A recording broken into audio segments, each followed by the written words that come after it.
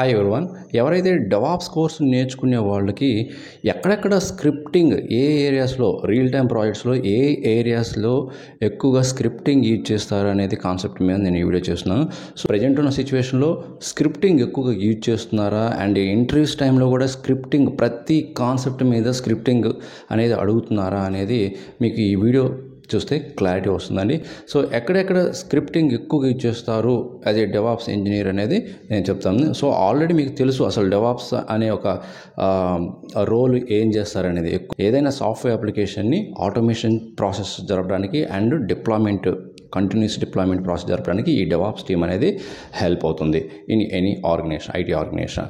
Okay, మరి ఈ DevOps టీమ్కి మెయిన్గా ఉండే స్కిల్స్ ఏంటి అండ్ ఎక్కడ స్క్రిప్టింగ్ అనేది ఎక్కువగా యూజ్ చేస్తారంటే, సో మీరు రెగ్యులర్గా కస్టమ్ ఆటోమేషన్ ఉంటుందంటే రెగ్యులర్గా రొటీన్గా యూజ్ చేసే కొన్ని ఆటోమేషన్ టాస్క్ అవి కూడా స్క్రిప్టింగ్ యూజ్ చేస్తారు. సో జనరల్గా మనకి రొటీన్గా యూజ్ చేసే స్క్రిప్టింగ్ టాస్క్ ఏంటంటే లైక్ బ్యాకప్స్ తీసుకోవటం అండ్ లాగ్ రొటేషన్ చేయటం అండ్ మెయింటెనెన్స్ టాస్క్, వీటన్నిటికి కూడా ఎక్కువగా ఏమి యూజ్ చేస్తారంటే పవర్ షెల్ కానీ బ్యాష్ కానీ పైథాన్ కానీ రొటీన్ టాస్క్ చేయడానికి, రొటీన్ ఆటోమేషన్ టాస్క్ కంప్లీట్ చేయడానికి such as backups, logs rotation, maintenance, వీటిని ఎక్కువగా చేయడానికి కస్టమ్ ఆటోమేషన్ చేయడానికి any one of the scripting అనేది మ్యాండేటరీ అండి. సో ఇక్కడ ఈ ఏరియాలో రియల్ టైమ్ ప్రాజెక్ట్లో యూజ్ చేస్తాం.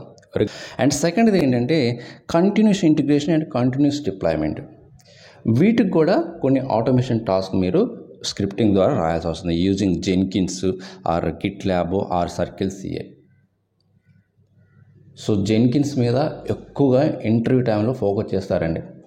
సో జెన్కిన్స్ మీద ఇంటర్వ్యూ టైంలో ఎక్కువ ఫోకస్ చేస్తారు. సో స్పెసిఫిక్ టైంకి ఈ జాబ్ అనేది ఎగ్జిక్యూట్ అవ్వాలి, ఈ టైంకి ఇది ఎగ్జిక్యూట్ అవ్వాలి, ఆటోమేషన్ ప్రాసెస్లో జరగాలి అనేదానికి స్క్రిప్ట్ రాస్తారు. So using Jenkins concept.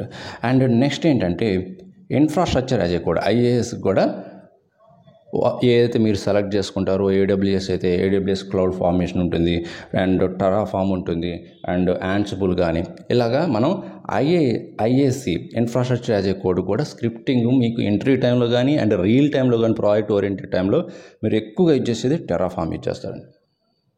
Okay, so దీనికి ఎక్కువగా మీరు స్క్రిప్టింగ్ రాయాల్సి వస్తుంది. అండ్ యాన్సిబుల్, ఇంకా యాన్సిబుల్ అయితే మీకు చెప్పనవసరం అవసరం లేదండి. యాన్సిబుల్ ప్లే బుక్స్ అని ఉంటాయి, యామ్లో రాస్తారు, YAML. ఓకే, అంటే కాన్ఫిగరేషన్ మేనేజ్మెంట్కి అండ్ అప్లికేషన్ డిప్లాయ్మెంట్కి అండ్ టాస్క్ ఆటోమేషన్కి మనము ఈ యాన్సిబుల్ ప్లే బుక్స్ అనేది యూజ్ చేస్తారు. కాన్ఫిగరేషన్ మేనేజ్మెంట్, అప్లికేషన్ డిప్లాయ్మెంట్కి అండ్ టాస్క్ ఆటోమేషన్కి. ఓకే, అదే మీరు AWS క్లౌడ్ ఫార్మేషన్ యూజ్ చేస్తే మీరు JSON కానీ ఆర్ YAML కానీ స్క్రిప్టింగ్ యూజ్ చేసి మీ ఆటోమేషన్ టాస్క్ని, అప్లికేషన్ డిప్లాయ్మెంట్ ప్రాసెస్ని, ఓకే, టాస్క్ ఆటోమేషన్ని ఇంప్లిమెంట్ చేస్తారు. ఓకే, అదే నెక్స్ట్ ఏంటంటే కంటైనరేషన్. కంటైనరేషన్ తెలిసిందే మీకు, డాకర్ అండ్ కుబర్నెటిస్.